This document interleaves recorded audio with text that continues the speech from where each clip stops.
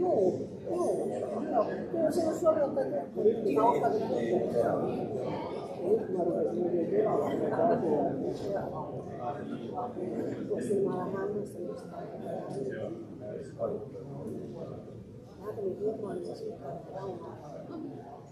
No niin, hyvä ehto. Se on tietysti aina vähän ikävä keskeyttää tämmöinen vireä puheen sorina, mutta lähdetään liikkeelle. Kello 17, kun on kerran ilmoitettu, niin päästään sitten katsomaan aikana, kun Lukko voittaa Sportin toisen kerran.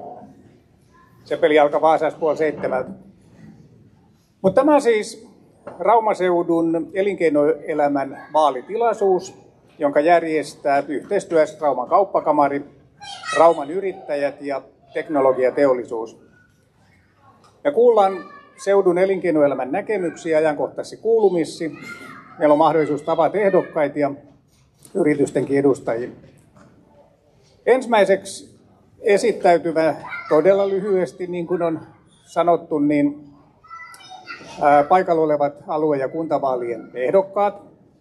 Ohjelmassa sanotaan, että 30 sekunnissa mun ikävä tehtävä on toimia tämmöisen kellokallen ja entisen erotuomarin tarvittaessa viheltää se peli poikittain se seuraavakin puhumaan, koska pääpointti on kumminkin nämä muut puheet. Mutta kun ehdokkaat on esittäytynyt, niin sitten on järjestävien seurojen puheenvuorot ja juonettu osuus päättyy paneeliin, mihin tähän tulee sitten tuolta 4 yritysten edustajaa ja sen jälkeen on aika verkottu tai mennä sitä peliä katsomaan. Eli alkaisimmeko?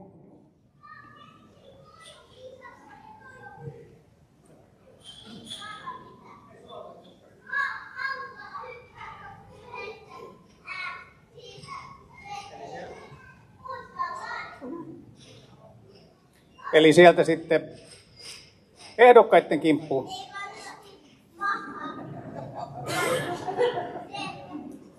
Ja sovittiin meidän pöydässä, että mä olen ehdokas, niin Leppikorpi Kalle ja toistaiseksi kaupunginhallituksia konsernia elinvoimatoimikunnan puheenjohtaja ja toivoisin, että tämä tärkeä teema voitaisiin jatkossakin huolehtia niin, että viemme sitä yhteisesti eteenpäin koko aluetta ajatellen yksittäisiä toimijoita unohtamatta. Siinä oli hyvä mallisuoritus.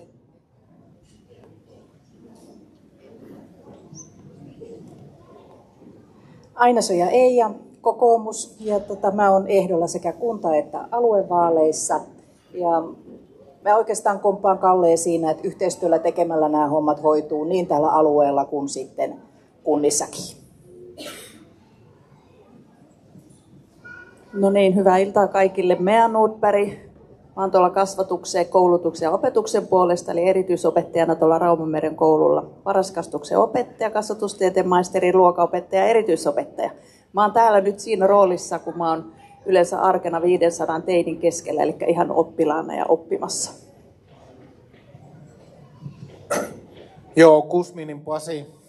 Toimin hallitusammattilaisena ja enkelisijoittajana varavaltuutettuna Rauman sataman hallituksessa ja tällä kertaa ehdolla niin kuntavaaleissa kuin alueellakin. Joo, hyvää iltapäivää. Minunkin puolestani Salmisen Petri Eurasta toinoin ja tää Raumalla 95 lähtien käynyt tuossa Metsä Groupilla töissä siinä ja Euran kunnanvaltuustossa vaikuttaja, valtuusto 3. varapuheenjohtaja, siellä aluevaltuustossa olen vasemmistoliiton ryhmän puheenjohtaja ja sitten olen vielä muun muassa niin maakunnallisen yhteistyöryhmän puheenjohtaja, joka jakaa sitä EU-rahaa. Näin. Ja molemmissa vaaleissa olen mukana edelleen.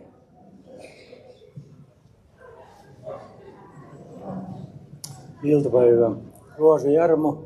Olen tuolta Eurajoen puolelta. Olen siellä aluevaali- ja kuntavaaliehdokkaan edusta vasemmistoliitto. Olen eläkkeellä oleva nykyään jo olen työurani tehnyt YIT-rakennuksella ja tämmöisiä olen ollut tekemässä, että aika paljon ollut elinkeinoelämän kanssa tekemisissä. Ja meillä on vasemmistoliitossa on näitä yrittäjätaustaisia. Meilläkin on ehdokkaista 2/3 yrittäjiä meillä, jotka on ehdokkaita.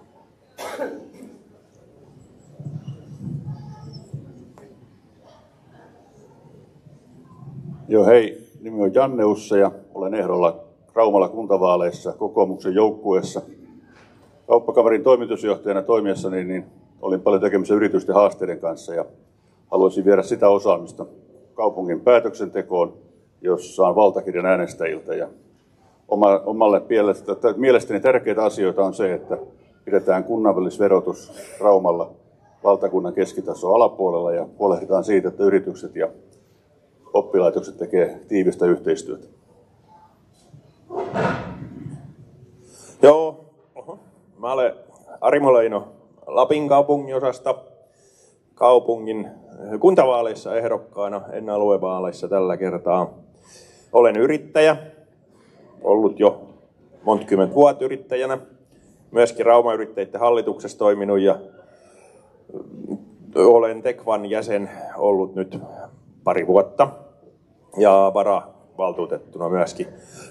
Päätöksentekoon toivoisin kyllä ihan oikeasti sanoista tekoihin siinä yhteistoiminnassa, ettei vaan sanellaisi niitä päätöksiä jostain muualta, että keskustellaisiin niistä ihan oikeasti puolueiden kesken enemmän vielä. Kiitos. Joo, eli mä olen Jenni Talosaari.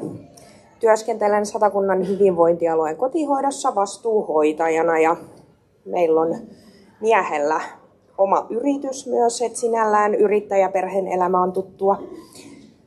Olen mukana alue- ja kuntavaaleissa molemmissa. Hei kaikille. Ensinnäkin kiitoksia järjestäjille. Tämä on hienoa, että tämmöisiä tilaisuuksia saadaan järjestettyä näin aikoina. Mä olen Tommi Katila ja mä oon tuosta Euran kinkeripiiristä tänne asti tullut ja on kokoomuksen valtuutettuna toista kautta sekä kunnanhallituksen jäsenenä. Olen tuonut hyvin vahvasti elinkeinon ja yritysten asiaa kunnan päätöksentekoon ja mikäli valitaan uudestaan, niin näin tulen jatkossakin tekemään.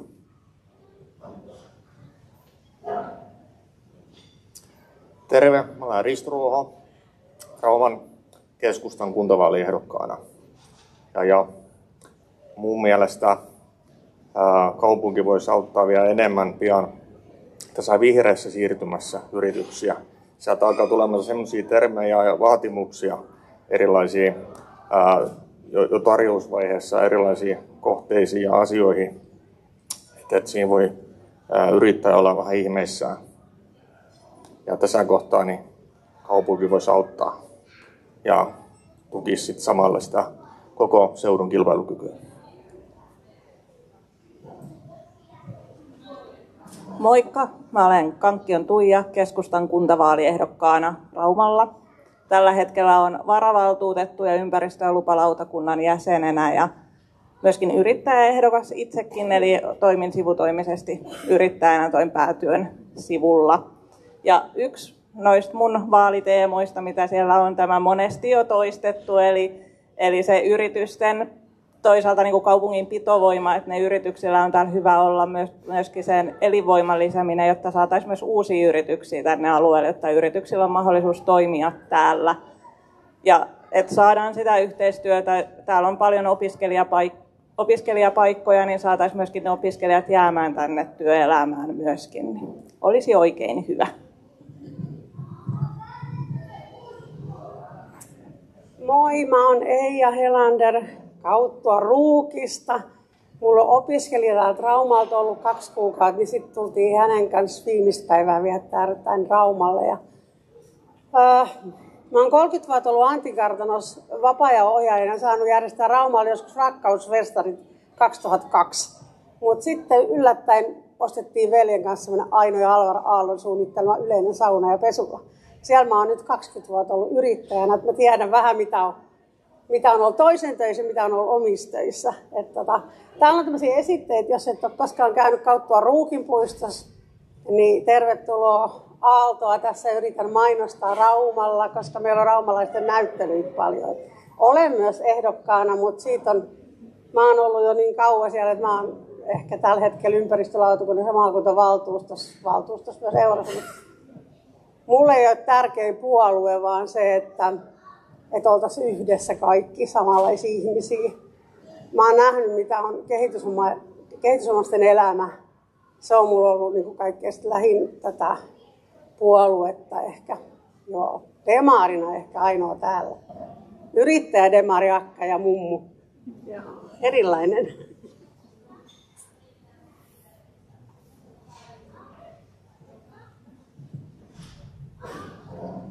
No niin, Asko Aito-Heinilä tuolta Rauman Lapin kaupungin osasta. Poliittinen keltanokka, en mä ole poliittisesti ikinä ollut missään mukana, mutta kyllä mä hiukan näistä jotain olen seurannut vuosikymmeniä aikana. Mulle tärkeää, että mä olen aluevaaleissa demarien listalta ehdokkaana. Tärkeää on peruspalvelujen saatavuus ja se, että me ihan oikeasti otetaan jokainen ihminen huomioon näissä töissä, mitä sitten ollaan kukin halukkaita tekemään. Mutta niin kuin täällä on todettu, niin niitä ei kukaan yksinään tee. Se on sitten sitä poliittista rohkeata päätöksentekoa ja vaikeata päätöksentekoa, mitä tullaan tarvitsemaan.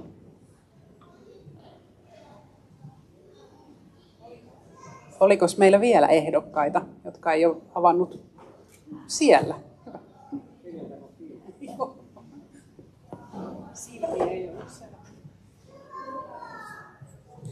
Joo, eli Aro Antti, ensimmäinen kerta yleensäkin ehdokkaana, kunta- ja aluevaalit molemmat. Ja sitten toi teollisuuden kunnossapidossa ollut 30 vuotta, myöskin toiminimiyrittäjä siinä ohessa.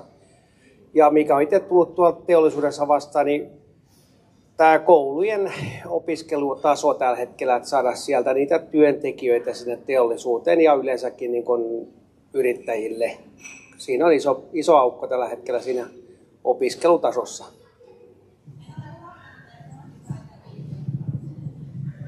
Hyvä. Vieläkö? Nyt on tainnut kaikki ehdokkaat päästä ääneen, joten...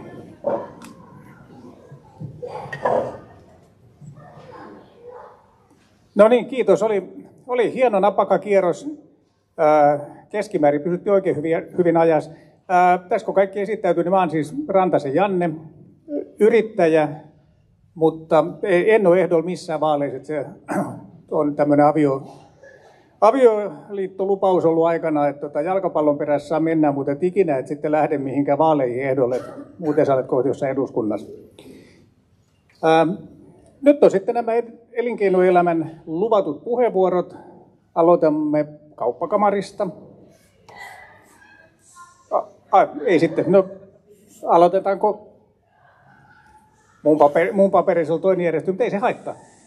Aloitetaan Rauman yrittäjien puheenjohtajasta, Joonas Laurosesta. Hän edustaa semmoista mainiosti nimettyä firmaa kuin Mainiot Hörpyt, eli on ravintola-alan yrittäjä. Ole hyvä.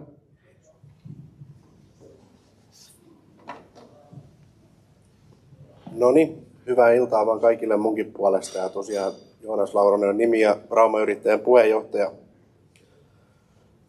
Tänään varmaan kuullaan illan panelisteilta, mitkä on ne tekijät, jotka tätä seutua pitää niin kuin pystyssä ja elinvoimaisena, mutta haluaisin nostaa 3 asiaa kuitenkin esille Rauman yrittäjän puolesta. Ensimmäinen, mikä tässä jo tulikin mainittua, niin on yhteistyö.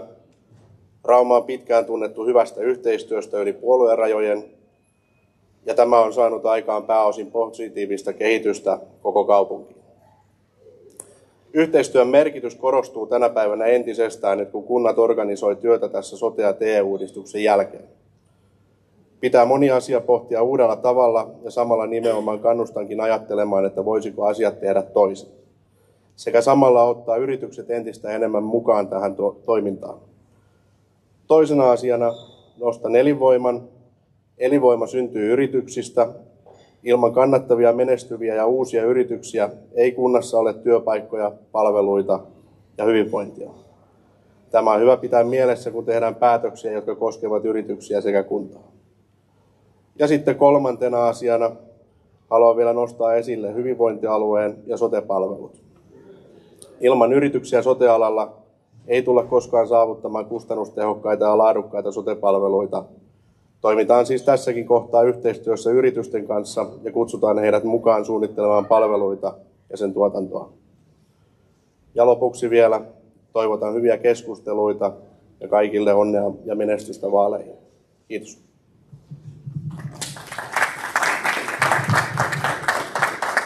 Ja sitten kummin päin otamme sitten teknologiateollisuuden aluepäällikön Leena Vartiaisen. Ole hyvä. Kiitoksia ja tervetuloa minunkin puolestani tänne Elinkeinoelämän vaalitilaisuuteen. Vartiaisen Leena olen ja toimin tosiaan Teknologiateollisuus ry:n aluepäällikkönä Satakunnassa ja Kanta-Hämeessä ja asustelen tuossa Eurajoella, eli tämän seudun asioita tietysti kaikkien seutujen ohella hyvin tarkkaan seurailen. Mä uskon, että meillä kaikilla täällä olijoilla on se sama tavoite, se mikä meidän tilaisuuden nimessäkin todettiin, eli hyvinvoivat yritykset ja hyvinvoiva seutu.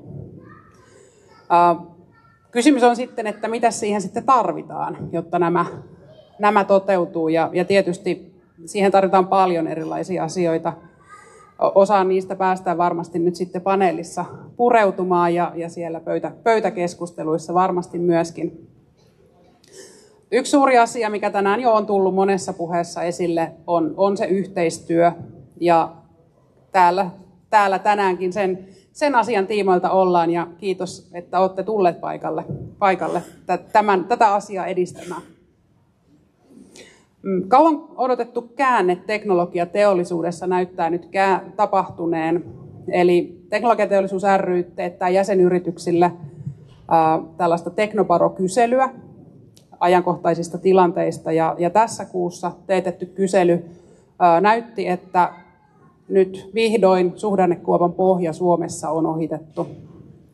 Viime syys- ja joulukuussa tilanne oli vielä se, että tuotantoa, työllisyyttä, uusia tilauksia ja tilauskantaa mittaavat indikaattorit näytti kaikki, että tilanne heikkenee koko Suomessa. Mutta nyt tosiaan tässä kuussa tehdyn Teknobaron perusteella niin tulokset on lupaavia, eli tällä hetkellä tuotanto, uudet tilaukset ja tilauskanta on kääntynyt kasvuun. Tämä suhdannekäänne näyttää kuitenkin edelleen tapahtuvan aika hitaasti, ja se, mistä yritykset on hyvin huolissaan, on geopoliittinen tilanne ja mahdollinen kauppasota ja se, että voiko tilanne äkkiäkin kääntyä toiseen suuntaan. Teknologiateollisuus alana työllistää koko Satakunnassa suoraan 13 000 henkilöä, ja kun otetaan välilliset vaikutukset huomioon, niin yhteensä noin 27 000 henkilöä. Nyt kun suhdannetilanne näyttää parantuvan ja tiedetään, että osassa teknologiateollisuuden yrityksiä on matalammankin suhdanteen aikana ollut täystyöllisyys ja vaikeuksia työvoiman saamisessa, niin ymmärrettävää on, että se suuri huoli ja haaste on jatkossakin osaavan työvoiman saatavuus. Ja kunnat toki tekee osansa tässä osaavan työvoiman saatavuuden parantamisessa ja sitä kautta tietysti myöskin veronmaksajien määrän lisäämisessä. Erityisesti nostaisin tässä osaajien saatavuusasiassa nyt tänään esille vielä kansainväliset osaajat ja ammatilliseen koulutukseen panostamisen. Osana työvoimapalveluita kunnat voi tukea yrityksiä kansainvälisen työvoiman rekrytointiasioissa. Se, että palvelut on saatavilla näppärästi, varmistaa, että seudun yritykset saa tarvitsemansa osaamista ja pystyvät kehittämään myöskin liiketoimintaa. Tämän lisäksi tietysti kasvava maahanmuuttajaväestö tulee huomioitavaksi niin varhaiskasvatuksen kuin perusopetuksen järjestämisessä ja myöskin sitten kotoutumisen tuessa. Ammatilliset osaajat tässä jo jossain kohtaa mainittiinkin, ja ammatilliset osaajat on yrityksille todella tärkeitä. Mutta tällä hetkellä ammatillisesta koulutuksesta valmistutaan liian usein työttömiksi. Vuosina 2016-2020 henkilöt, jotka on suorittanut tekniikka-alan ammatillisen koulutuksen, niin noin 68% oli töissä tai jatko-opinnoissa vuoden kuluttua valmistumisesta. Tarvitaan siis esimerkiksi sellaista ekosysteemiajattelua ja sellaisia uusiakin malleja, jossa alueen korkeakoulut, ammatilliset oppilaitokset ja työelämä kohtaa ja kehittää sitä koulutusta entistäkin työelämälähtöisemmäksi. Teknologiateollisuuden pääekonomisti Petteri Rautapouras kirjoitti tänään julkaistussa blogissaan, että kasvun käynnistymiseksi on kriittistä, että investoinnit Suomessa lähtee kasvuun ja on keskeistä, että suomalaiset teolliset yritykset alkaa laajasti investoida Suomeen ja Suomessa. Hän myöskin lisäsi siinä, että avainasemassa olevia toimijoita kasvun käyntiin saamisessa on PK-yritykset.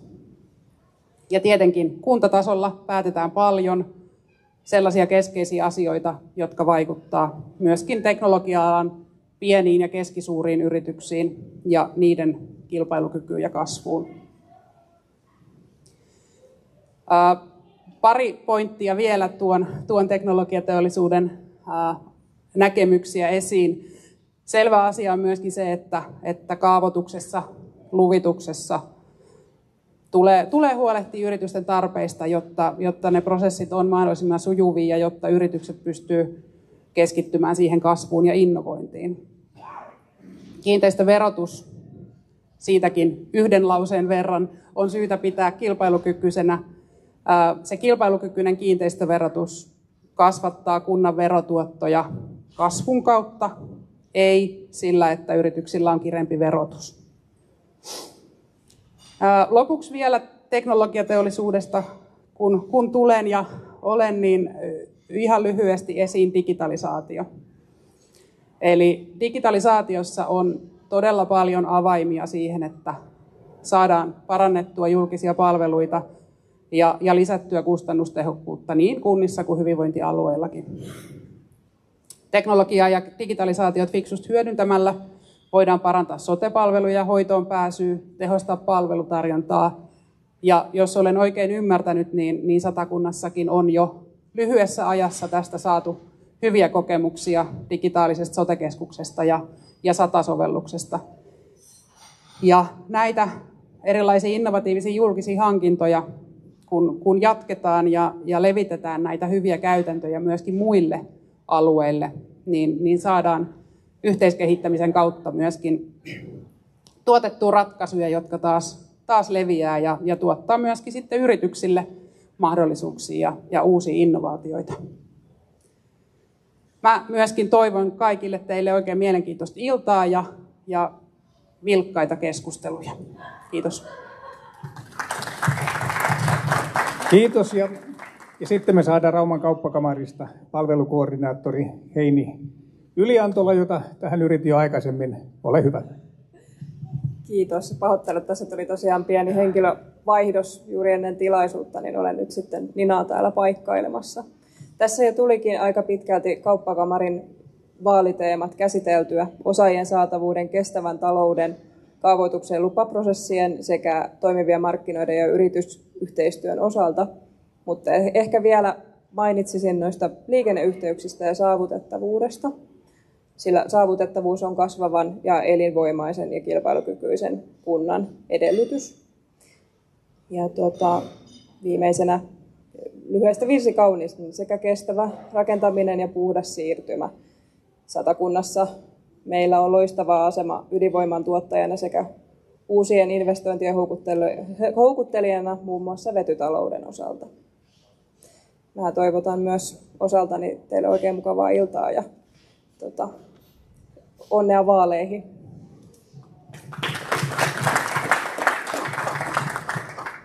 No niin, kiitos. Nyt on järjestävien seurojen, niin kuin urheilumies sanoi, eli järjestävien tahojen edustajat tuonut terveisensä. Siinä oli paljon kyllä hyviä ajatuksia. Yllätys. Vähän samoista aiheista ja teemoista on tarkoitus niin kuin keskustella.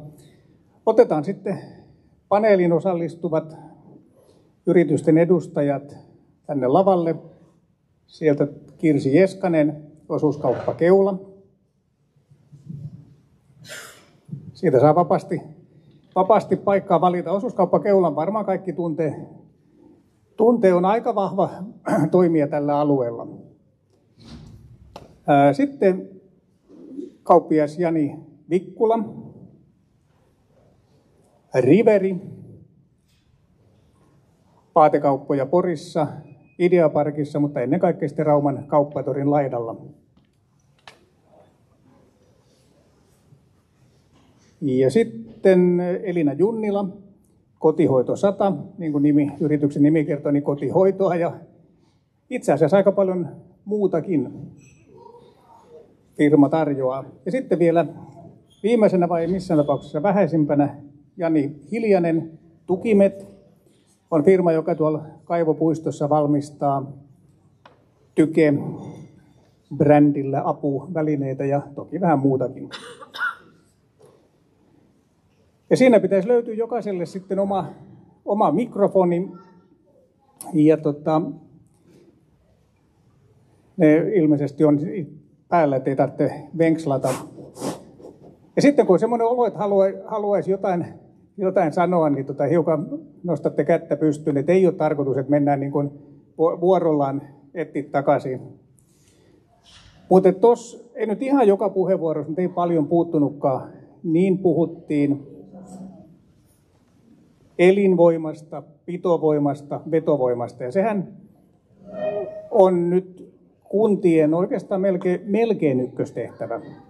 Sote-palvelut, kun siirtyy sinne alueiden hoidettavaksi, niin mitä kunnille sitten jäi? Siellä on tietysti koulut ja tiet ja tämmöiset liikuntapaikat ja näin, mutta se, millä se kunnan tulevaisuus tehdään, niin siinä nämä vetovoima, pitovoima on ihan keskeisen tärkeää. Niin, otetaan semmoinen kierros, mistä se syntyy, tämmöinen vetovoimaisuus kunnalle, alueelle. Jos vaikka Kirsi aloittaa sieltä ja tullaan ensimmäinen kierros tällä järjestyksessä. No, kiitos kutsusta tänne ja kiva olla täällä juttelemassa. Ja tämmöisenä ainoana savolaisena tämmöisen rauman kielen tukituksessa niin on semmoinen olo, että on niin kuin kotona. Mutta kyllä pito- ja vetovoimaa, niin kyllä ainakin meidän kaupan alan niin tärkeämpiä on tämä työllisyys ja että saadaan niin kuin oikeita ihmisiä töihin. Ja sitten me ollaan vielä isona työnantajana, ehkä se matalapalkka-alalla niin ensimmäinen työpaikka, mihinkä ne ihmiset ja nuoret ensimmäisenä tulee, niin kyllä se, että me saa hyvän työpaikkakokemuksen ja työnantajakokemuksen meidän paikasta. Ja totta kai sitten, että ne on sitten kouluttautuu, niin me saadaan niitä ammattilaisia, että urapolkuja kuitenkin tehdään. Niin yksi pitovoima aika isokin alalla. Ja myöskin tälleen imukin tekijä, koska itsekin tänne alueelle niin olen ihan Itä-Suomesta tullut. Ja sitten Jani. No joo, sä olit ainoa savolainen, kun niin mä oon ainoa porilainen todennäköisesti tässä tilassa. Ja mä sanoisin, että meidän omasta näkökulmasta niin pitää edustaa sitä pitovoimaa sillä tavalla, että pystytään tarjoamaan hyviä kaupallisia palveluita ja on ne sitten ravintoloita, kahviloita, vaikka vaatekauppoja tai muuta kauppaa, niin myöskin sellaisia tarvitaan kansaviihtyvyyden ylläpitämiseksi. Niin näinä aikoina varsinkin, kun tämä kaupallinen maailma muuttuu, niin näkisin, että niillä palveluilla, mitä pystytään tarjoamaan myöskin tuolla kivialassa, niin silläkin on vielä merkitystä. Ja sitten Elina. Joo, kiitos kanssa, että pääsin tänne teidän kanssa keskustelemaan. Ja aika lailla samoin linjoilta on Janin kanssa siitä, että semmoinen niin kuin elinvoimainen kunta tai elinvoimainen kaupunki, niin se näkyy hyvin pitkälti niissä palveluissa, ja se näkyy myöskin, jos ajatellaan meillä vaikka vanhassa Raumassa, niin sillä, että siellä ei ole niitä tyhjiä ikkunoita joka toinen, kun ne, jotka on elänyt tähän ikään kuin meikäläinen ja on täällä asunut, niin on myös sen ajan kokenut, kun siellä on ollut vähän enemmän niitä tyhjiä ikkunoita, ja nythän meillä on ollut hyvä tilanne jo pitkä aikaa, että meillä on ollut paljon palveluntuottajia siellä. Mutta sitten kyllä mä näkisin myöskin sen, että ei pelkästään niin kuin ne myyvät palvelut tai tuotteet, vaatteet tai sisustustavarat tai muut, mutta kyllä mä niin kuin mietin myös sosiaali- ja terveyspalveluita. Ja niin kuin me tiedetään, niin tällä hetkellä hyvinvointialueet oikeastaan, ei pelkästään Satakunnan hyvinvointialue, vaan kaikkikin hyvinvointialueet on ajanut aika paljon palveluita alas, eli tarkoitan nyt sitä, että kriteereitä on tiukennettu ja yhä harvempi saa niitä palveluita. Ja sen takia me tarvitaan myös meitä yksityisiä sosiaali- ja terveyspalvelujen tuottajia täällä. Ja mä näen sen myöskin hyvin tärkeänä, että on monipuolisia palveluja, että ihmisillä on valinnanvapautta sitten siihen, että mistä palvelunsa ostaa. Ja vain sellainen pieni välikommentti tuohon, että meillä saattaa välillä olla vääräkin käsitys vanhasta Raumasta ja keskustasta, kun siellä on muutamia liiketiloja silloin tällöin tyhjänä, mutta esimerkiksi Helsingin ydinkeskustassa niitä on enemmän suhteessa tyhjänä kuin täällä. Että tähän aina kuuluu myös semmoinen pieni vaihtuvuus. Jani. Joo, Tullista tulleena 90-luvulla tänne Raumalle opiskelemaan muuttanut ja uskon, että se opiskelupaikkojen niin kuin kaikella alalla niin olisi tärkeää, että niitä täällä olisi ja myöskin se, että pidettäisiin näistä paljasjalkaisistakin huolta, niin kuin Elina sanoi tuossa just, että olisi nämä palvelut täällä.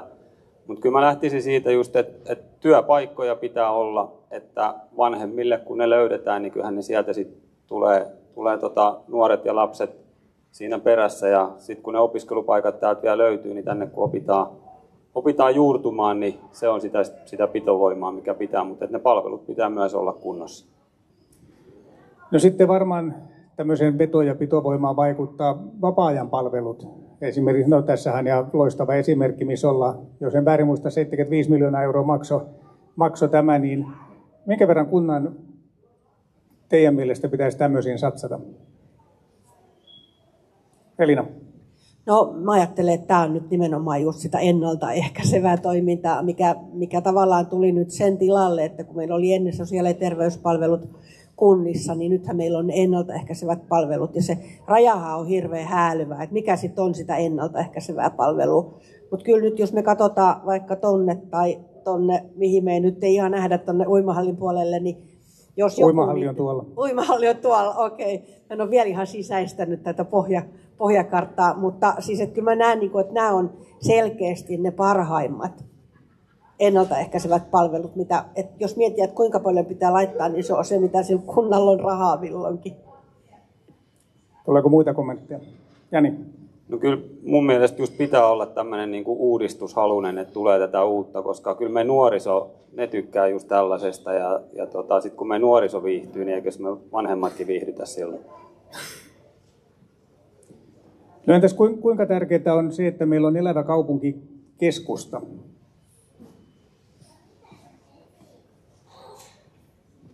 Jani? No, kyllä mä sanoisin, että varmasti eletään niitä aikoja, missä liikutaan tällä hetkellä sillä vedenjakajalla, että mitä kansa haluaa tehdä kaupallisessakin mielessä ja kaupallisissa palveluissa. Että viime vuosina verkkokaupat ja muut on vienyt paljon asiakkaita kivijalkakaupoilta ja siinä ollaan nyt siinä pisteessä, että täällä Raumallakin todennäköisesti aika vedenjakajalla, että onko niitä tulevaisuudessa niitä tyhjiä ikkunoita, mistä puhuttiin, niin onko niitä vaan tulossa lisää. Toki markkina haastaa myöskin tällä hetkellä hyvin voimakkaasti kaupankäyntiin, eli kyllä siellä haasteita riittää, että mitä siinäkin pystytään kuntapuolella olemaan apuna ja mahdollistaa erilaisia asioita ja pitämään puitteet kunnossa, niin se varmasti auttaa myöskin kaupallisia toimijoita. No Kirsi on siellä vastaamassa, ole hyvä.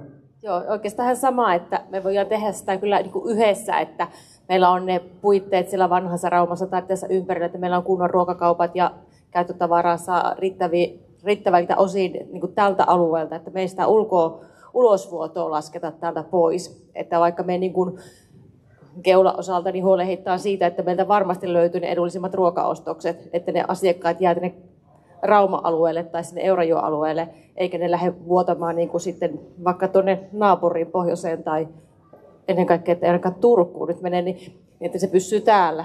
Ja Eurastakin saa ostaa.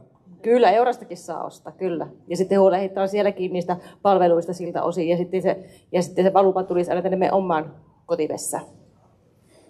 Kenen tehtävä teidän mielestä on tätä veto- ja pitovoimaa niin kuin hoitaja siitä huolta pitää? Elina?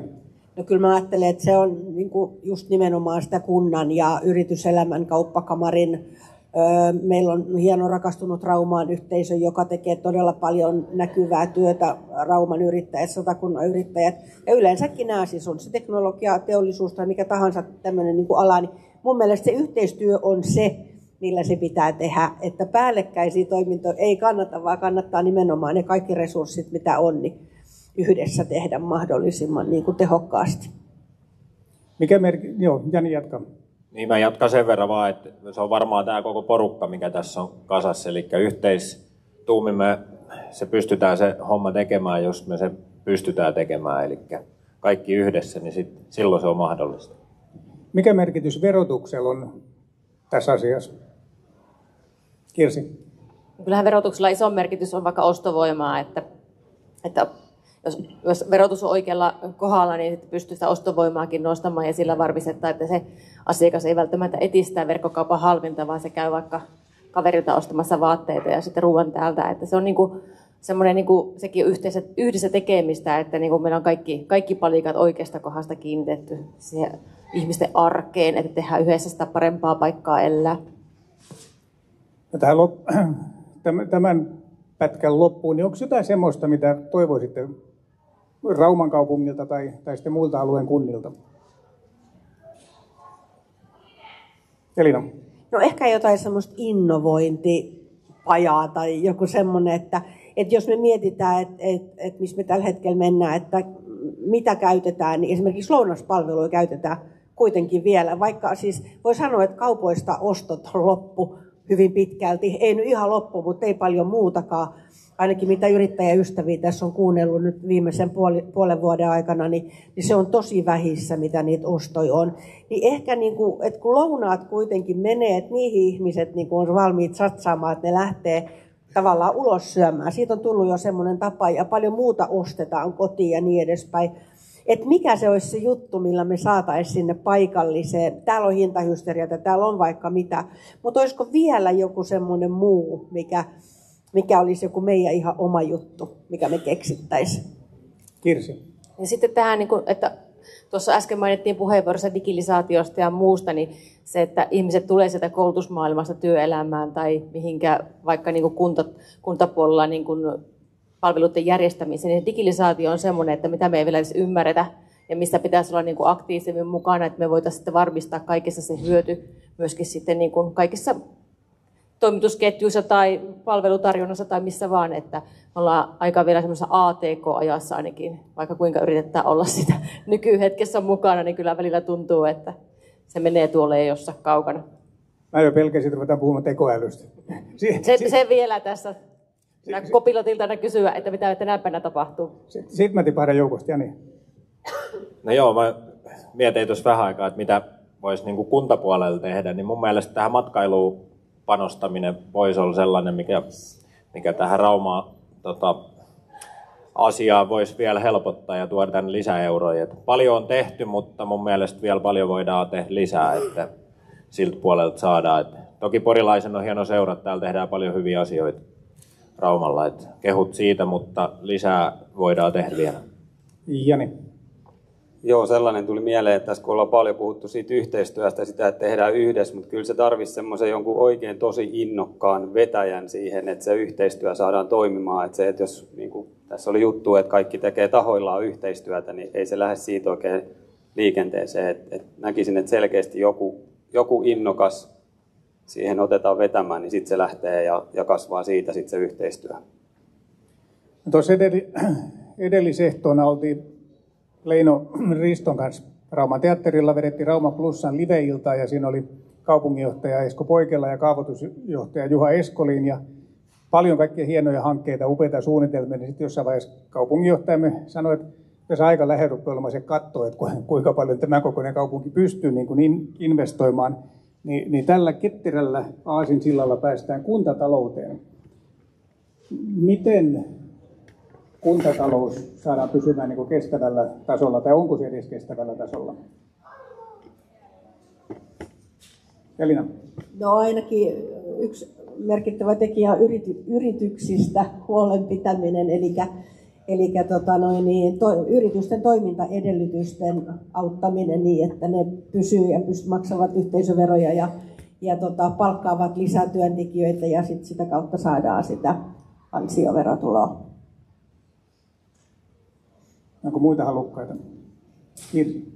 No oikeastaan tuon työllisyyden nostaisin kanssa, että on mahdollisuus työllistää ja se on järkevää ja sitten me saadaan sitä kautta myöskin se ostovoiman piettyä täällä ja ihmisten perheet täällä asumassa.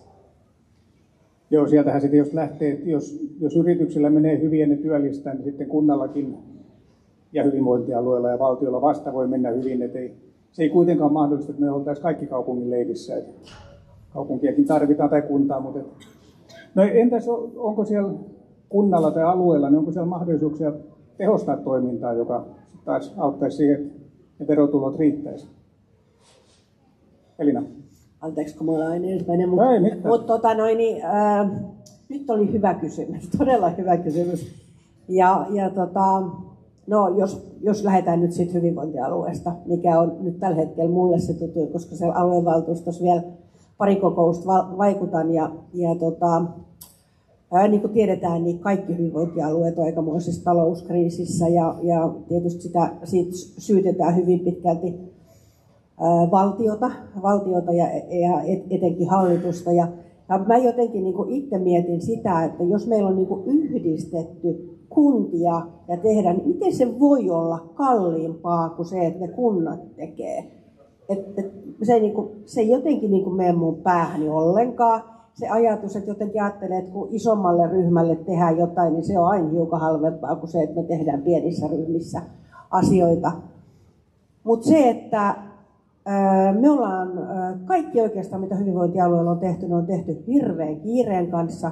Mitään semmoisia niin kuin selkeitä, esimerkiksi se, mistä mä olen puhunut 20 vuotta näistä oman palvelutuotannon yksikkökustannuksista, niin mitä semmoisia ole. Päätökset tehdään tavallaan niin kuin vain ja ainoastaan sen aikaisemman budjetin perusteella. Niin mä niin kuin kyseenalaistaisin kovasti ainakin niitä kaikkia, ketkä lähtee sinne aluevaltuustoon, että kyseenalaistakaa nyt ihmeessä, että miksi me tehdään tämmöisiä, kun meillä on järjestämisvastuu, hyvinvointialueella on järjestämisvastuu, niin miksi pyritään kaikki järjestämään omana palvelutuotantona?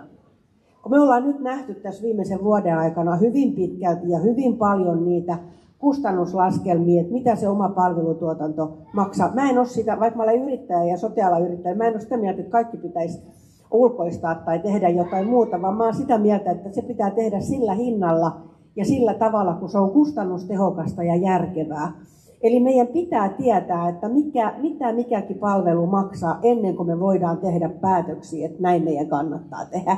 Ja nyt me ollaan vaan tehty niitä päätöksiä, tai itse asiassa, jos mä sanon ihan suoraan, nyt mä saan sanoa, niin aluehallitus on tehnyt ne päätöksiä. Siitä valtuustollahan ei juurikaan ole mitään päätäntävaltaa ollut koko aikana.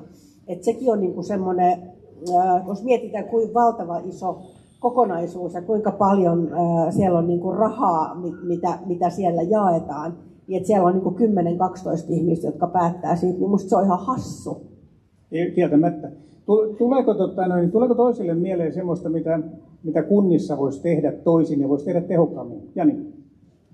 No mä nostaisin ehkä se kaavoituksen tähän kohtaan kuitenkin, että jos siihen vaan keksitään jotakin keinoja, miten se nopeammin toimii. Meillä on Satakunnassa tietysti paljon esimerkkejä, missä kaavat ja erilaiset lupaprosessit ja muut on kestänyt ikuisuuksia ja sen takia liiketoiminta on mennyt sivusuun. Ja täällä nyt voidaan ottaa omalta alalta ehkä toi kauppakeskustontti, mikä tuossa tyhjillään mollottaa, niin siinä voi olla, että jos kaavan kanssa oltaisiin vähän nopeammin päästy eteenpäin tai erilaisten valitusten ja muiden kautta, niin meillä saattaisi olla siinä enemmän kaupallista toimintaa, joka saattaisi olla pitovoimaa, jopa vetovoimaa, kaikkea tällaista.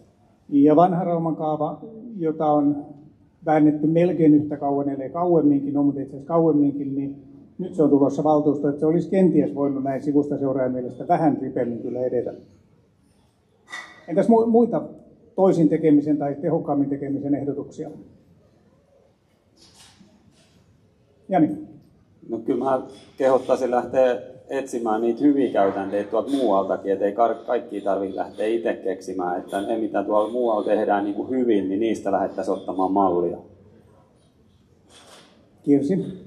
No sitten oikeastaan tähän kaavoitukseen, kun ei ole hirveän paljon sitä kompetenssia tässä nyt kertoo, mutta se mitä niin kuin on puhuttu tuolla kauppakamarinkin jutuissa ja muussa, että kyllähän me voidaan niin kuin viestiä ja näkyvyyttä tuoda niin kuin yhdessä ja se vaatii meitä kaikilta semmoista omaa heittäytymistä ja mietin itse silloin, kun vuosi sitten näinä päivinä taisimme tulla ensimmäiseen haastatteluun, piti googlettaa, mitä Raumasta on ja mitä linkkariin nousee Raumasta tai Vitteriin tai Xään, niin kyllähän tämä paikka aika hiljaa on oikeasti.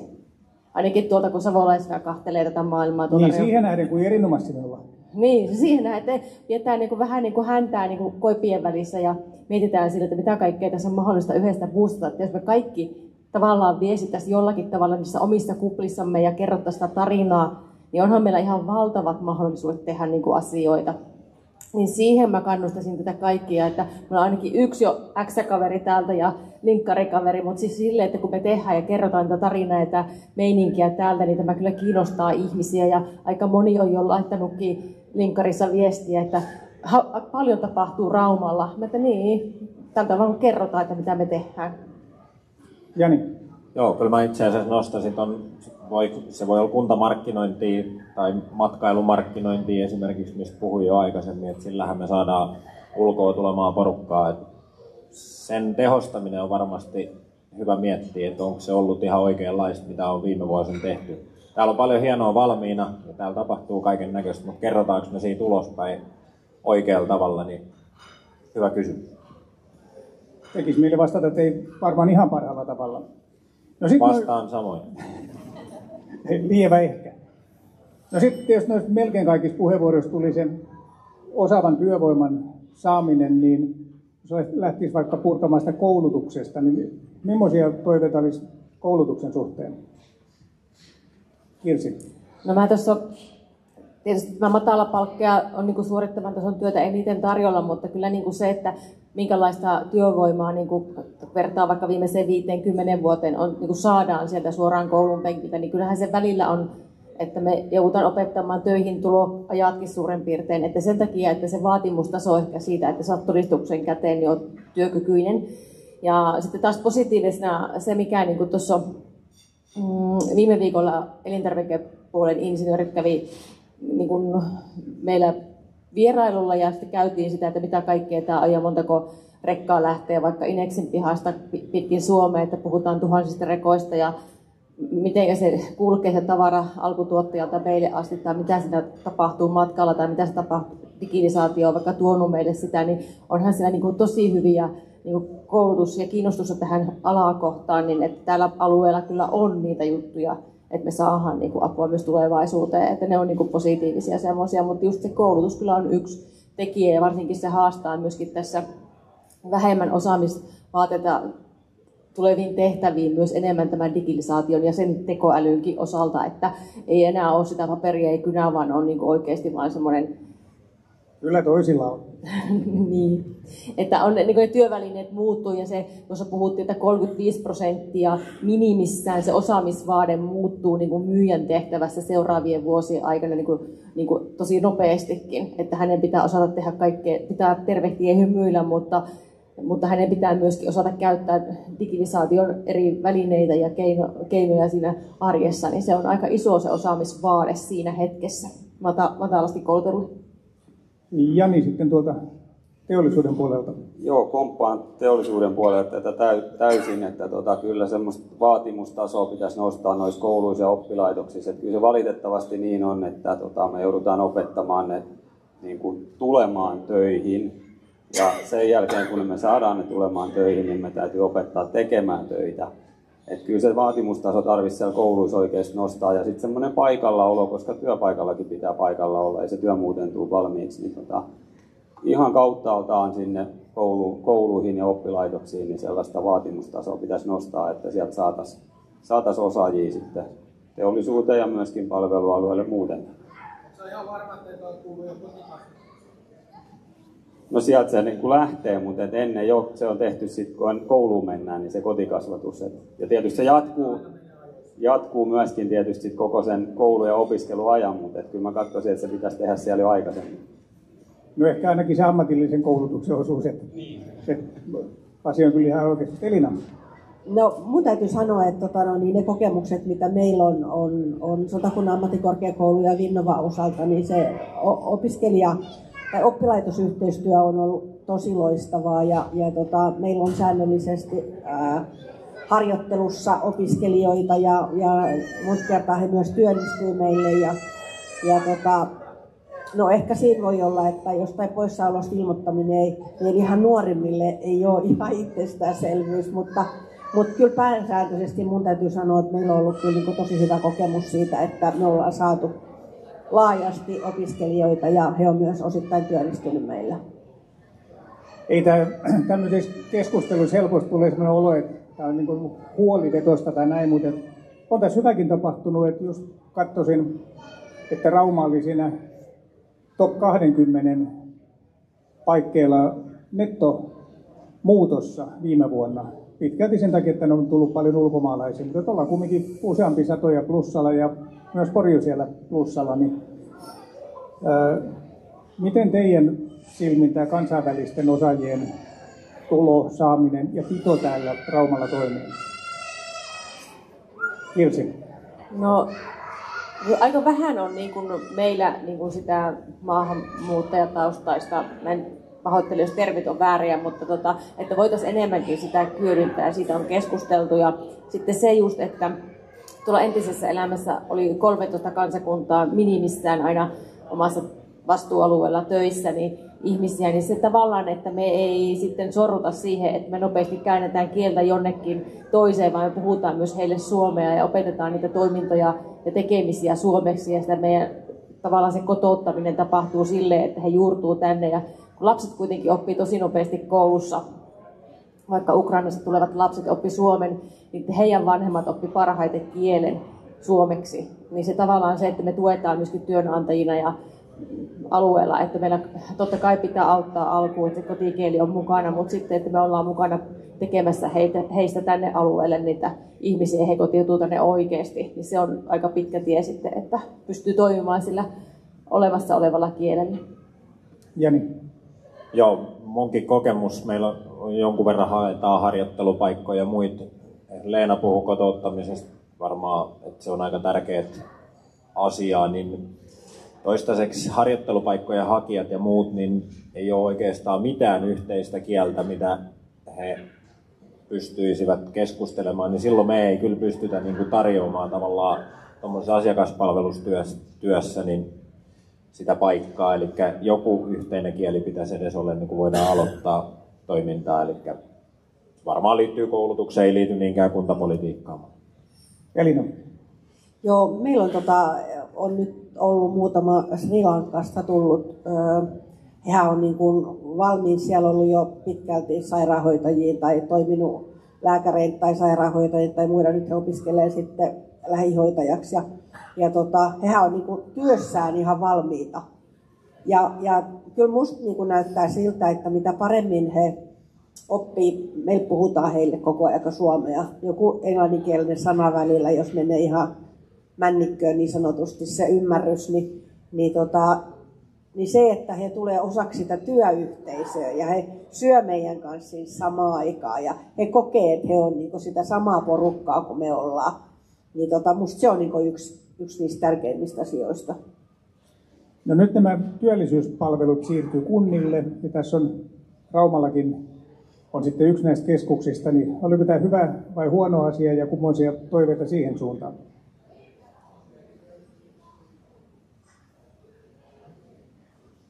Jani. Joo, mä voin sanoa jotain, että en ole joutunut palveluita vielä käyttämään, eli ei ole oikein mielipidettä asiaa. Joo, ei vielä oikeastaan ole niin kuin, ollut tekemisissä henkilökohtaisesti täällä tuon työn puolesta, mutta se että niin kuin, ehkä siinä on se, että se on oikeasti tämän alueen ja siinä alla, ettei jostain muualta sitä johdeta, niin ehkä mä näen sen niin kuin semmoisena niin kuin isona mahdollisuutena meille kaikille tämän alueen toimijoille, kun se on myöskin tämän meidän kunnan alueella niin kuin johdettuna tekemisenä. Ja se on samoissa tavoitteissa kuin kaikki muutkin nämä yhteistyöelementit. Elina. No en mä hirveät eroa oikeastaan näe, että ainut ero oli se, että kun muutosneuvottelut aloitettiin ja siitä pitää aina TE-palveluille tehdä ilmoitus, niin nyt se olisi pitänyt tehdä joka kuntaan erikseen. Mutta muuten mun mielestä ne toimii ihan samanlaisesti kuin aikaisemminkin ja digitaaliset palvelut toimii hyvin. No sitten jos semmoinen, mikä vaikuttaa varsinkin tietyn sorttisten osaajien saamiseen ja pitämiseen, on asuntotarjonta. Kummoinen se on Raumalla teidän mielestä? Kyllä täältä asunto löytyy hyvin. Että kyllä mä kun katselen myytäviä tai vuokrattavia asuntoja, niin mä uskon, että ne haasteellisia on. Ja koen, että tämä hintaluokka täällä on kuitenkin semmoinen sopivan kokoinen. Ja sitten nämä välimatkat ja muut on niin lyhyviä, että ei ainakaan esteenä en koe, että ne olisi. Jani. Joo, sen verran itsekin tullut siihen tutustuttua, että omat lapset on lähtenyt opiskelemaan muualle ja katsonut niitä asuntojen hintoja ja sitten tuli ihan niin kuin mielenkiinnosta katsottua, miltä tämä Raumaa näyttää, niin kyllä täällä vapaita asuntoja on ja hinnat on kohtuullisia, että ei se siitä ainakaan kiinni jää. Jani. No sanotaan kevennyksen, että porilaisen silmin täällähän on kallista asua.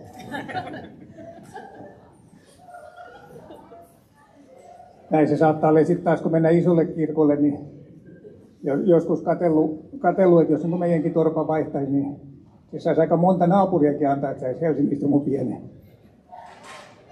No, jos nyt nykyään puhutaan paljon tämmöisestä monipaikkaisesta työstä, etätyöstä ja näin, niin voiko se olla jollain tavalla auttamassa meidän seutuja ja teidän yrityksiä? Kirsi. Joo, no ehkä tuosta palvelualalla niin ei sillä tavalla, mutta mä kyllä näen sen sillä tavalla mahdollisuutena täällä, ja varsinkin kun tuosta junasta vaikka on puhuttu, niin ainakin itse henkilökohtaisesti, että kiva olisi lähteä mökillä käymään sille, että voisi tehdä 6 tuntia töitä toisin kuin painaa lappu lattiassa. Niin se on kyllä varmaan yksi iso juttu. Ja sitten toinen se, että täällä on kuitenkin sille edullista, jos täällä vaikka on hybridityö, että voi olla etänä tai läsnä, niin kyllä mä näen, että se on aika hyvä ja tämä kaupunki muutenkin semmoisena sijaintina lyhyiden matkoineen niin on hyvä siihen. Joo, junakin oli siinä meidän keskustelussa esillä ja kaupunginjohtajalle sitä me kysyttiin, että koska lippuja voisi lähteä ostamaan, niin hän veikkaisi elokuun alkua 27, että silloin saattaisi lähteä, että ei ole vielä ihan kiire, ei ole Ticketmasterissa. Jani. Joo, siis kyllä tuo etätyömahdollisuus on ihan varmasti sellainen, mikä pitää huomioida. Ja meillä tietysti, kun tehdään ihan tuotantoakin, niin se ei nyt onnistu etänä, mutta meillä esimerkiksi toimihenkilöitä on niin jo, että meidän vientimyyjä on Lahdessa ja sitten Itä-Suomen ja Pohjois-Suomen edustaja on Kuopiossa. Että nämä etähommat on niin kuin sillä lailla onnistunut ja nykyään niihin löytyy niin hyvät systeemit, että pystytään niin kuin palaverit ja muut pitämään. Että kyllä se tulee olemaan semmoinen, mikä pitää huomioida. Elina. Ja jos ajatellaan hoitoalalla, niin monet karsastaa noita etäpalveluita, mutta kyllä ne paikassa on kyllä itse asiassa tosi hyviä. Ja sitten jos mietitään ihan työntekijöiden kannalta, niin siinähän on semmoinen mahdollisuus, että semmoinen hoitaja, joka ei pysty fyysisesti tekemään sitä työtä, että on selkä tai jotain muuta tämmöistä vammaa tai toimintakyvyn puutetta, niin hehän pystyy näitä etäpalveluita siitä huolimatta antamaan ja toimimaan niissä. Jani. Ja me ei halua kaupan alalla missään nimessä alkaa tarjoamaan etäpalveluita. Ollaan hyvin lähikontaktissa asiakkaiden kanssa. Niin ja sitten on tietysti, tässä on monipaikkaisuus, hienoja termiä ja kaikkea, niin tässä on niin kuin Kirsi sanoi, niin tällä seudulla, Eurajoet ja Laitilat ja muut, niin hyvin edullista asua ja sitten kumminkin on vähän isompiin taajamiin. Jos on 5 metriä pohjoisempaan, sinne on se Patalandia ja Turkukaan kaukana ja näin, niin se avaa tietenkin ihan erilaisia mahdollisuuksia. Ehkä me nähdään sekin aika vielä, kun ihmiset asuu täällä ja käy vähän pidemmällä töissä. Tarvitsisi vaan se kasitie saa parempaan kuntoon, mutta ei mennä siihen tällä kertaa. No sitten tuolta elinkeinopolitiikan puolelta, niin taas viime kerralla, kun EK julkaisi tämän kuntarankingin, niin siellä Rauma, tarkemmin sanottuna Rauman seutu oli taas hopealla. Se 3. kerta peräkkäin, nyt oltiin enää pisteen päässä siitä Seinäjoesta, kun aina voittaa. Niin jos mä väitän, että ei se ihan kauheasti täällä niin kuin näy, niin olenko väärässä? Kirsi. Jos samalla innostuksella kerrottaisiin kaikkea, kun tuo Rauman lukko tuolla pyörii ympäriinsä, niin se on niin kuin minut hämmentänyt täällä, niin voisi niin kuin olla ja näkyväkin ja se fiilis nousta sieltä. Niin, Raumallahan jääkiekko on kaikkein tärkein niistä asioista, jotka ihan oikeasti ei ole tärkeitä. Se oli fiksusti kirjoitettu yhteen Lukon kirjaan. Oliko muita mielipiteitä? Elina. No mä ajattelen niin, että se on ehkä vähän vaikea sanoa tällä, kun ajan asunut Raumalla ja oikeastaan niin kuin ei ole muuta näkökulmaa. Niin en mä tiedä, mä ajattelen, että me näytään aika hyvin loppuviimeksi ja se riippuu vähän mihin vertaa. Ja mun mielestä meillä on palvelut ja infrastruktuuri ja kaikki on parantunut niin kuin tässä viimeisten vuosien aikana paljon, että me ollaan saatu paljon asioita eteenpäin. Mutta kyllähän me tarvitaan paljon niitä hyviä päättäjiä, jotka ovat rohkeita ja innovatiivisia, niin jos nyt mietitään vaikka meidän keskuspuistoa, olen siitä niin ylpeä, että että päättäjät on semmoisen saanut aikaiseksi. Että pienillä asioilla voi olla isojakin merkityksiä. Niin tästä tulee joka kerta, kun silloin kun tuossa lehdessäkin olin aika pitkään, niin aina kun laitettiin näitä uutisia, niin se tuli, että tämä ei varmaan ole. Keneltä tämä on? Kyllä vähän niin kuin se onnellisuusraportti, että Suomi on maailman onnellisin. Ei ole, ei pidä paikkaa, se varmaan. Jani? No joo, mä voin tavallaan, kun katson tätäkin asiaa vähän ulkopuolisen silmin tuolta Porin suunnasta, niin kyllähän tämä raumalainen yrityselämä ja kuntapäättäminen ylipäänsä niin näyttää kuitenkin täällä tosi hyvältä itse asiassa. Täällä tehdään paljon asioita hyvällä yhteistyöllä ja varmasti on yrittäjämyönteistä paikkaa Rauma. Täällä niin kuin näkee, että asiat luonnistuu aika helposti kuitenkin, kun vertaan esimerkiksi oman kotikuntani päätöksentekoon ja muihin vastaaviin asioihin siellä.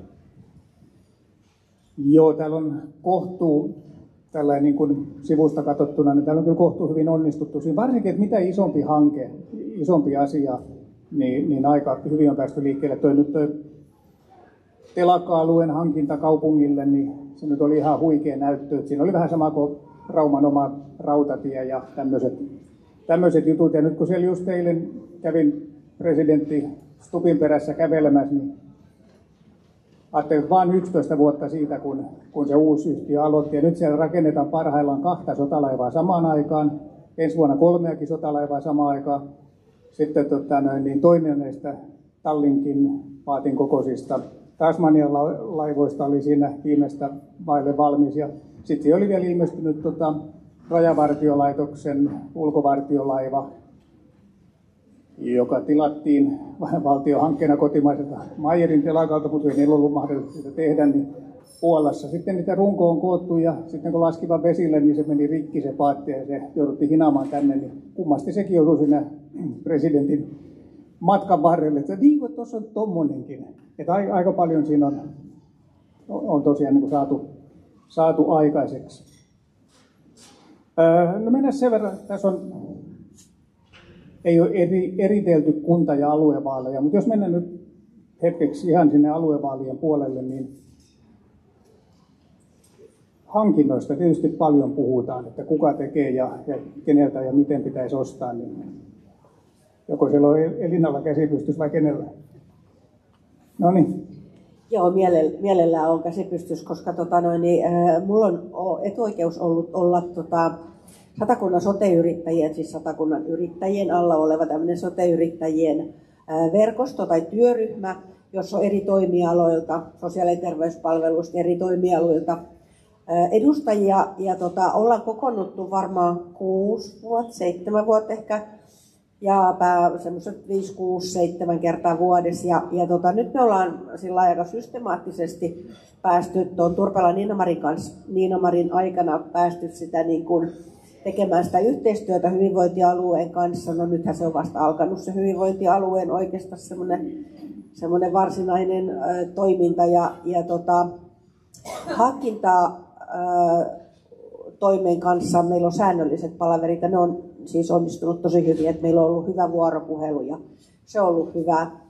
Mutta sitten, jos me mietitään niin kuin muuten toimialojen kanssa sitä vuoropuhelua niin kuin yritysten kanssa tai niin kuin yksityisen sektorin kanssa, niin se on tosi haastavaa. Kun siellä on monta tasoa, monta johtoporrasta, että kenen kanssa pitää mistäkin asiasta puhua. Ja tietysti silloin, kun on näitä yksittäisiä hankintoja, niin siellä monessa on onneksi tämä vuoropuhelu, markkinavuoropuhelu, mitä pidetään sitten, että siellä on joko niin, että siellä on kaikki samaan aikaan Teamsilla, tai sitten siellä on yksitellen yrittäjät siinä markkinavuoropuhelussa. Mutta just ennen kuin tämä alkoi tämä tilaisuus, niin Janin kanssa puhuttiin siitä, että oikeastaan jo ennen kuin se valmistelu alkaa, kun se on ihan niin kuin se hankinnan aloittaminen on ihan alku tekijöissä, niin silloin pitäisi jo niitä yrittäjiä, sitä yrityselämää kuulla. Et tiedetään niin kuin mihin päin ollaan menossa ja mitä kannattaa, koska nyt ainakin näyttää siltä, että että se on vaikea sieltä julkiselta sektorilta niin kuin ymmärtää, että miten se yrityselämä toimii ja ettei tule semmoisia lapsuksia, niin kuin mä olen monessa paikassa varmaan tämän saman asian sanonut, mutta semmoinen lapsus kävi esimerkiksi henkilökohtaisen avun osalta, että se on tehty niin alhaiseksi se hinta, että sä et pysty TESin mukaisiin palkkoja edes viikonloppuun maksamaan. Niin kyllä niin kuin joku on mennyt vähän päin mäntyy. Ja tietenkin ne on semmoisia, että jos ei tarpeeksi moni valita, jos joku kuitenkin osallistuu siihen kilpailuun, niin eihän niitä mitään muuteta. Että tämmöisiä niin kuin lapsuksia, mitkä on tosi tärkeitä yrityksille, etenkin PK-yrityksille, jotka painii siis ihan kassavirran kanssa ja tämmöisten niin kuin perusasioiden kanssa, niin olisi tosi tärkeää, että ne valmistelut tehtäisiin mahdollisimman hyvin ja tarkasti ja niin, että yrityselämä olisi mukana. Jani?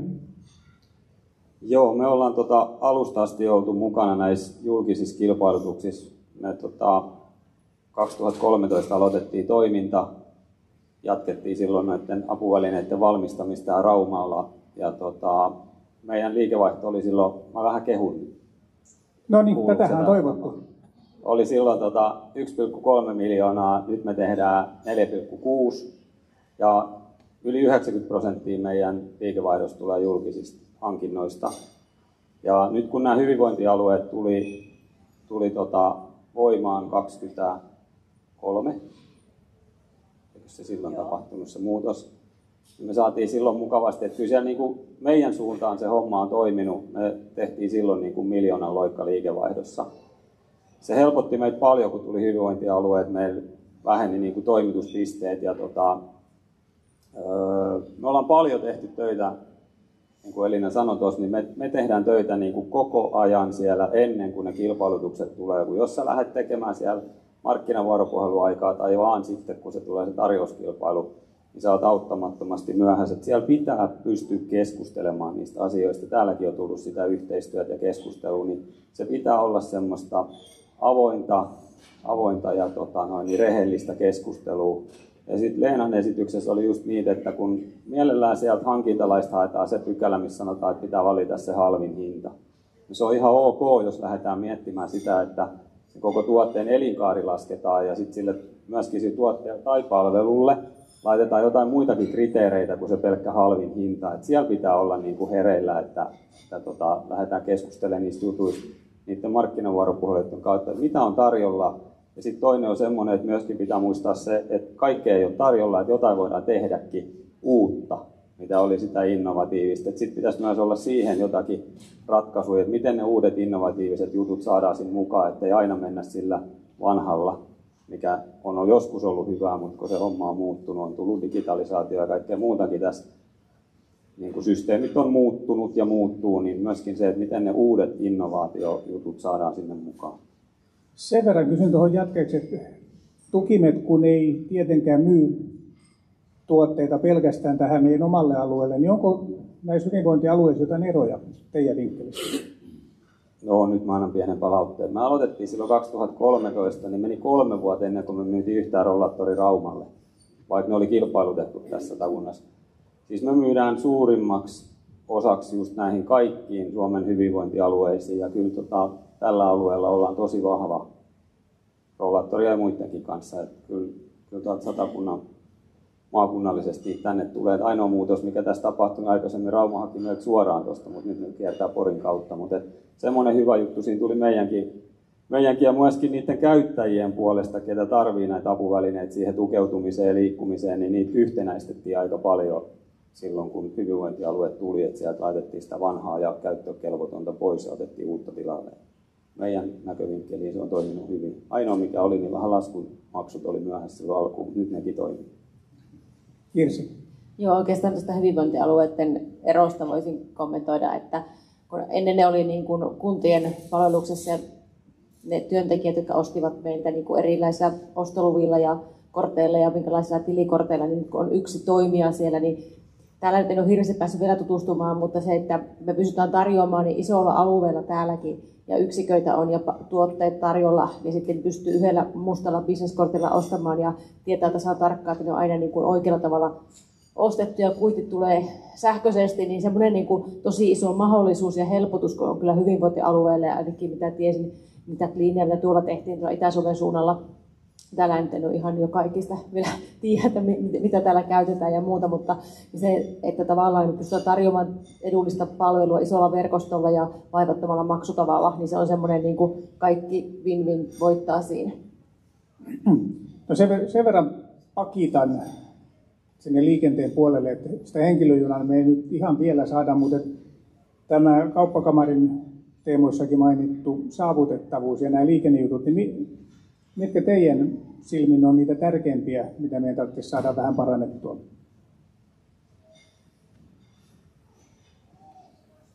Kirsi?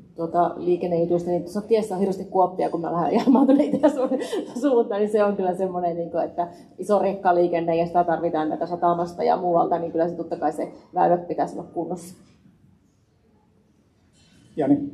No sanotaan, että isona kasitien käyttäjänä, niin mä oon vuodesta 2008 asti ajellut tämän, en nyt päivittäin, mutta monta kertaa viikossa, niin sanotaan, että nyt viimeiset 2 vuotta tie on ollut ekaa kertaa niin, että siinä ei tehdä mitään remonttia, niin nyt ollaan tyytyväisiä tässä kohtaa.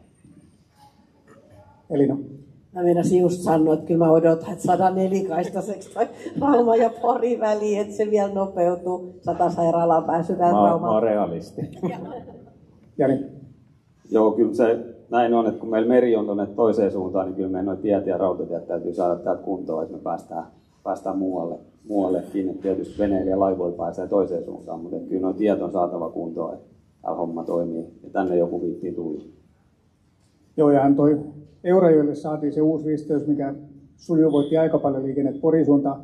Laitilan tarvittaisiin hyvin samankaltainen ja sitä nyt tässä on, oliko se nyt 80-luvulta asti vai eikö se sain sieltä Vakka-Suomesta semmoisen, kun sitä oli 60-luvulla ruvettu puhumaan, että kohta varmaan täytyy tehdä niin se, jotkut asiat on sitten aika vaikeita.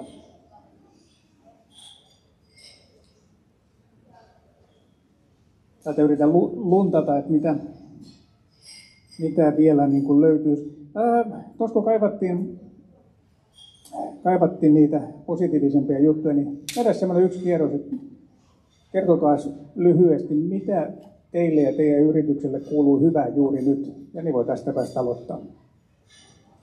No meille kuuluu hyvää. Me ollaan saatu paljon näitä julkisia kilpailutuksia kiinni, että kotimaa on niin kuin hyvässä mallissa ja kaikki näyttää siihen suhteen positiiviselta. Se, mitä tietysti muillekin haluaisi, millä me saadaan niin kuin tätä Rauman maakuntaa ja muutenkin tässä Suomeen kasvuun, niin se, että sinne vientiin vielä satsattaisiin, että sitä mekin koitetaan tehdä, mutta tosi positiiviselta näyttää tällä hetkellä tämä, että me ollaan jouduttu automatisoimaan aika paljon, koska työvoimaa on ollut vähän hintsusti, mutta se on ollut meille sitten taas sellainen positiivinen hyppy, että ollaan menty senkin kanssa eteenpäin ja hyväksytty se ja hyvin positiiviselta näyttää tulevaisuus. Oikein kiva kuulla. Elina? No alalta ei ole niin positiivisia uutisia, mutta jos nyt mennään tähän meidän yritykseen, niin no ensinnäkin valtakunnalliset luvat ollaan saatu viime loppusyksystä ja nyt sitä levittämistä sitten noihin muihin kuntiin kanssa Suomessa, Oulu ja Helsinki ja Kuopio, sinne päin ollaan menossa ja teknologiapalvelut on alkamassa, eli meillä on Evondoksen lääkerobotit, missä on myös etähoito vai etäkäyntimahdollisuus olemassa ja sitten siinä on se koneellinen lääkehuolto. Ja turvarannekkeet on tulossa toukokuussa meille markkinoille ja muutenkin sitä teknologiaa, niin koitetaan kovasti nyt saada niin kuin lisää tähän hoitopuolelle. Että eteenpäin. Jani? No joo, jotain positiivista pitäisi keksiä. Kaupan alalla tietysti erikoiskaupassa varsinkin eletään varsin haastavia aikoja. Markkina haastaa tällä hetkellä hyvin voimakkaasti, mutta sanotaan, että se mikä hyvänä asiana voidaan sanoa, niin täällä ainakin Rauman puitteissakin, niin täällä on tosi hyvä yrittäjien keskeinen yhteistyö ja meillä on toi Sparkling Night-tapahtumaa järjestetty ja on rakastunut Raumaa yhteisöä tuossa. Niin on hyvä yhteistyö täällä ja mulla on kyllä vahva usko, että täällä kaupat pystyy tulevaisuudessakin toimimaan, että kunhan saadaan myöskin kansalaiset taas ostamaan ja vähän sodan pelkoa sivuun esimerkiksi? On ihan oikea sen. Täällä on harrastettu tätä kaupunkielämää vuodesta 1442, eiköhän me tässä jokunen 100 vuosi vielä niin eteenpäin mennä. Kirsi. No oikeastaan eilen tuli Nielsenin luvut, niin ovipumppu on kyllä laulanut meillä ihan hyvin näköjään myöskin isossa kuvassa ja se on positiivinen. Takana on Keulan historian ennätysinvestointivuosi ja käytämme paikallisia toimijoita kaikissa näissä investoinneissa. 11,9 miljoonaa on pelkkää investointia, uutta investointia, niin se on semmoinen rahasumma, että ainakin tämmöisellä pienellä osuuskaupalla niin se on aika paljon. Ja varmistetaan, että kaupankäynti jatkuu myös tulevaisuudessa ja voidaan varmistaa sitä parasta ja edullisinta ruokakoria meidän asiakkaille. Ja sitten, että bonuksia maksettiin 7,9 miljoonaa takaisinpäin siitä, että kun asiakkaat kävi meillä, niin se on kanssa semmoinen, millä niin sitten tehdään sitä että ollaan niin se vetovoimaisin ostopaikka. Alkuvuoden osalta luvut on silleen, että nämä kaikki kasvukeskukset näkyy kasvua, että ollaan niin ykkössijalla tuon Pohjois-Karjalan osuuskaupan kanssa nyt tässä myyntiindekseissä, niin meillä on semmoinen niin puoli vitsi aina, että nämä ydinalueet kasvaa kaikkein eniten suhteessa muihin osuuskauppoihin. Ne mainitut Nielsenin luvut on ne vuosittain julkistettavat tiedot kaupparyhmien markkinaosuuksista, missä tunnetusti Suomessa 2 on aika vahvaa ja sitten loput on pikkasen pienempiä. Mä voisin sen verran poiketa annetusta käsikirjoituksesta, että jos muutama ihan napakka yleisökysymys, jos löytyy ilman ennakkovaroitusta, niin muutamalle tässä olisi sopivasti aikaa. Kuka nostaa räpylää pystyyn rohkeasti? Sieltä Pahanon Raikke perärivistä. Joo, kiitos. Sinäkin tässä tilaisuudessa.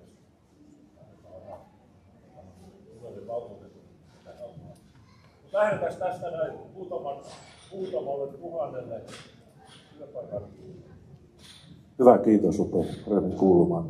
1000 järjestänyt töitä tähän kaupunkiin ja aina ensimmäinen kysymys on se, että miksi henkilö on valinnut Rauman ja miksi henkilö on valinnut täällä sen työnantajan. Se on aina niin se lähtökohta. Ensiksi valitse henkilö ja sitten vasta päästä valittamaan. Tule Raumalle, tule sinne ja sinne töihin. Tässä on Antti ja Janne, valmistautukaa, mutta tulee kysymykset teille sitten se pian. He on 2 tämmöistä mainitsemaani henkilöä.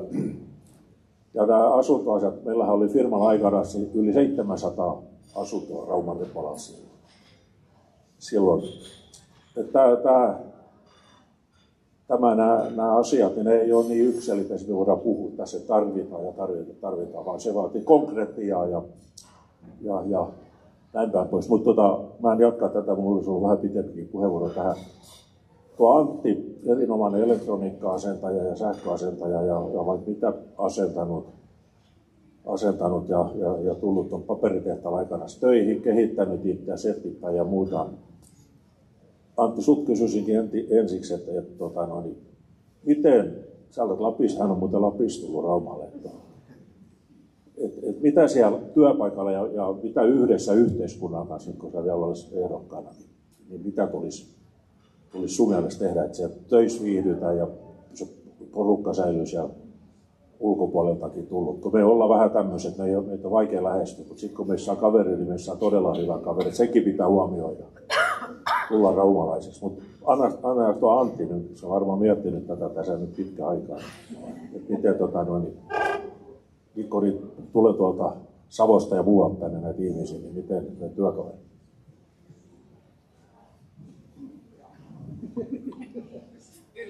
Joo, jopas teit tempun mulle. Mitäs mä tuohon sitten sanoisin? No yleensäkin työpaikalla ainakin se, että niin ollaan niin avoimia toisille ja just vaikka tulee niitä muualta tulleita, niin ei me raumalaisetkaan, tai lappilaiset ihan miten vaan, niin täytyy ottaa ne uudetkin työntekijät niin avoimin mielin aina vastaan. Koska itsekin just se, että jos työpaikalla viihtyy, siinä on kiva tulla aamulla, niin silloin myöskin se tekee myöskin se, että silloin se niin itse firmallakin menee hyvin. Mutta jos niin on siellä on kärhämää ja ei ole kiva tulla aamulla, niin koko niin firma kärsii siitä. Et se on niin yrittäjällekin, että työilmapiiri tarvitsisi todella herkällä korvalla niin kuulustella ja katsoa. Mennään eteenpäin. Tämä tarkoittaa Ussa-Janne. Okei, ja Janne, sähän tulit aikana sitten sieltä tänne Raumalle. Mikä sun toi tänne ja miten sun perehdytettiin ensinnäkin paikkakunnalle, miten sun perehdytettiin töihin ja muuta. Ja säkin olit vähän sitä mieltä, että vaimo teki sen päätöksen. Et sä olet. Joo, tosiaan työn perässä ollaan muutettu tänne aikoinaan 2004 UPM:lle ja Raikkihan perehdytti ja monta muutakin perehdyttäjää oli. Ja itse asiassa voin sanoa, että kun aina puhuttiin, että tänne länsirannikolle on vaikeaa tulla, niin kyllä se on hyvin pitkälle itsestä kiinni, että miten haluaa tulla ja kuinka paljon haluaa olla mukana muiden kanssa. Että itsestä se on kiinni ja me ollaan ainakin viihdytty tosi hyvin.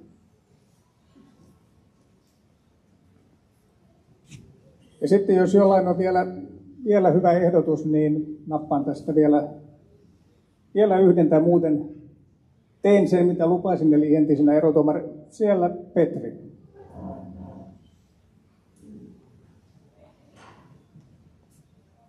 Joo, kiitoksia. Sen verran tuohon, kun Elina nosti toi YTE-toiminnan tämä yhteistyö kuntien ja hyvinvointialueen, mutta mä näkisin myös tässä, että yhdessä olemme enemmän lukee tuolla yrittäjän esimerkiksi toi Rauman teesi, niin me oltaisiin vielä parempia, kun siinä olisi se 3 kombinaatio, että rupeaisi keskustelemaan niin oikein tosissaan keskenään.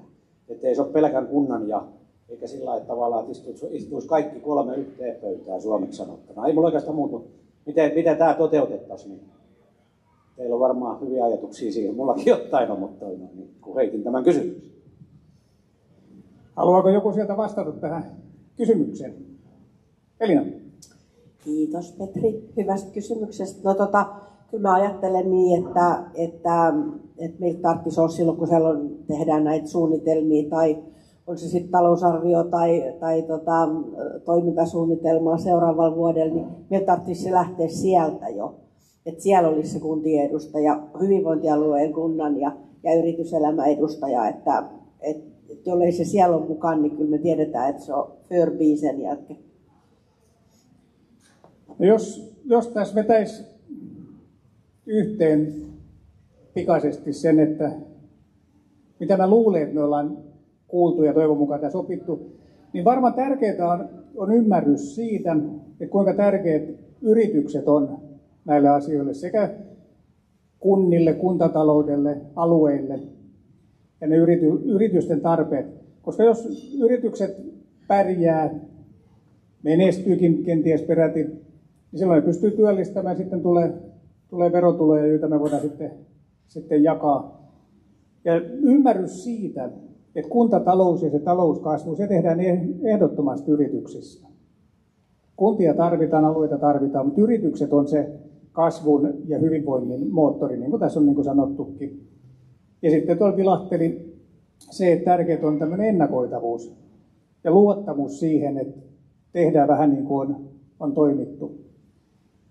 Ja ehkä sitten tämmöisenä, musta aika hienona oli se, että kauhean monessa puheenvuorossa täällä oli se yhteistyö. Ja näinhän se varmasti on, että yhdessä me pystytään tästä seutukunnasta parempi tekemään. Aika hyvä tämä nykki jo sikses, mutta kyllä me vielä parempaankin pystytään.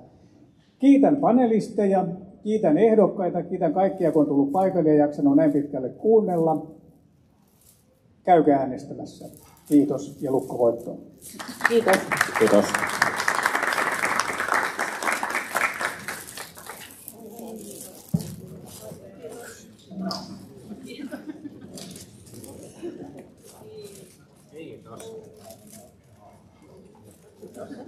Suomeen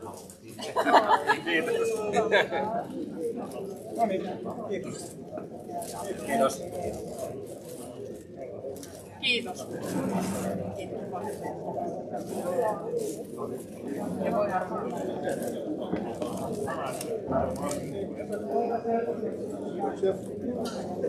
Kiitos. Kiitos, kiitos, kiitos.